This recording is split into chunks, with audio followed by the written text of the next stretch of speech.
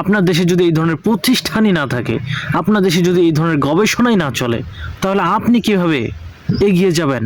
আপনি কিভাবে প্রযুক্তিতে সক্ষমতা অর্জন করবেন? আপনি কিভাবে আধুনিকতার ছোঁয়া পাবেন? আমাদের দেশে অন্তর্বর্তী সরকার ডক্টর মোহাম্মদ ইউনূস স্যার ক্ষমতায় এসে আর কোনো কিছু না করুক, কিন্তু কিছু কিছু কাজ করেছে যেগুলোকে প্রশংসা করতে হবে। আর সেই কাজগুলো কি? আপনি যদি লক্ষ্য করেন যে কয়েকদিন আগেই অবশেষে চীনের সাথে এমন একটি চুক্তিতে সই হয়েছে যে বাংলাদেশে চীনের সাথে একত্রে ড্রোন শিল্প হতে যাচ্ছে। আর এই শিল্পের কারণে বাংলাদেশ বিমান বাহিনী পাবে নিজস্ব প্রযুক্তিতে ড্রোন উৎপাদনের প্রযুক্তি, যেটা অবশ্যই আমাদের বাংলাদেশের জন্য অনেক ভালো। কারণ ইতিপূর্বে এমন কোনো কলকারখানা আমাদের দেশে নেই, এবং কোনো দেশ এসে আমাদেরকে এইভাবে বলেও নি যে আসো আমরা তোমাদেরকে সকল প্রযুক্তি দিয়ে সহায়তা করব, তোমরা এই ধরনের প্রতিষ্ঠানগুলো দেশে তৈরি করো, বলেনি। ভারত তো আমাদের অনেক ভালো সম্পর্কের একটা দেশ ছিল, ভারত এই সহযোগিতা আমাদেরকে কখনো করেনি। কিন্তু চীনের সাথে বর্তমানে শেষে, অর্থাৎ আগে কিছু করুক না করুক আমাদের ডক্টর মোহাম্মদ ইউনূস স্যার, কিন্তু সময় তো শেষ দিন, আর এই শেষ মুহূর্তে এসে এমন কিছু কর্মকাণ্ড তিনি করছেন যেটা অবশ্যই প্রশংসনীয়। কারণ আওয়ামী সরকারের আমলে ভারতের সাথে আমাদের এত ভালো সম্পর্ক ছিল, তারপরও আমাদের দেশে এখন পর্যন্ত আমাদের দেশের সামরিক শক্তিকে বৃদ্ধি করার জন্য নিজস্ব প্রযুক্তিতে এমন কোনো কিছু তৈরিতে কখনোই আমাদেরকে ভারত সহায়তা করেনি। শুধু ভারত কেন, আমাদের অন্য দেশও কোনো সহায়তা করেনি। আর সহায়তা করবে কিভাবে? আপনি যদি এই বিষয়গুলো নিয়ে যদি প্রতিনিয়ত যদি পর্যবেক্ষণ বা এইগুলোর প্রতি যদি আপনি গুরুত্ব না দেন, অন্য দেশকে আপনাকে এসে বলবে যে আপনি এটা তৈরি করুন, আমরা আপনাকে সহায়তা করব? কখনোই না। গুরুত্ব তো আপনাকেই দেখাতে হবে। আপনি যদি গুরুত্ব দেখান, অবশ্যই অনেক দেশ আপনাকে সহায়তা করতে চাবে বা অনেক দেশ হয়তো বিনিয়োগও করতে চাইবে।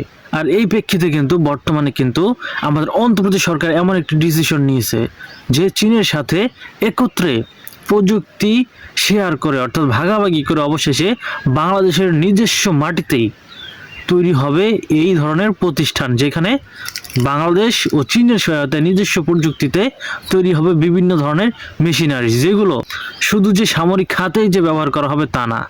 বাংলাদেশের যে অন্যান্য আরও যে কৃষি নির্ভর, যেহেতু আমাদের বাংলাদেশ, এই কৃষি খাতেও এই ড্রোনগুলো ব্যবহার করা হবে, যেটা বাংলাদেশের জন্য একটা বিশাল কিছু বয়ে নিয়ে আসবে। তবে শুধু অন্তর্বর্তী সরকার না, যেই সরকারই আসুক না কেন আমাদের দেশে, যারাই আমাদের সামরিক শক্তি বৃদ্ধি করার জন্য এই ধরনের পদক্ষেপগুলো নিবে, তাদেরকে আমরা জনগণ সবসময় স্যালুট দেব, সবসময় তাদেরকে সাপোর্ট দেব।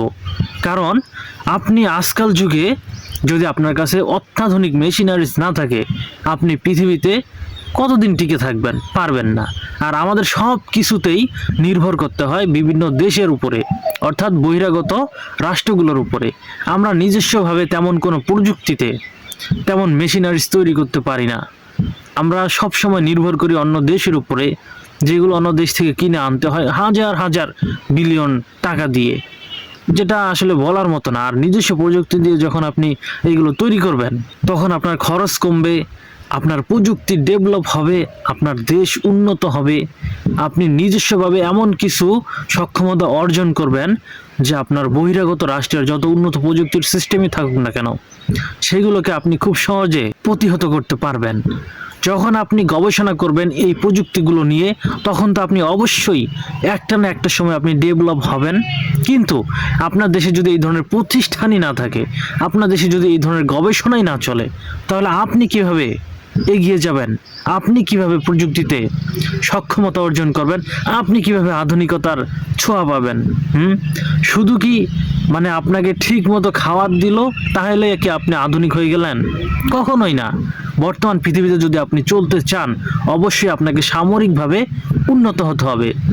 তবে যেটাই হোক, আমরা চাই আমাদের দেশে আরও অনেক শিল্প কলকারখানাগুলো হোক, যেটা আমাদের বাংলাদেশের সামরিক শক্তিকে অনেক গুণ বৃদ্ধি করবে।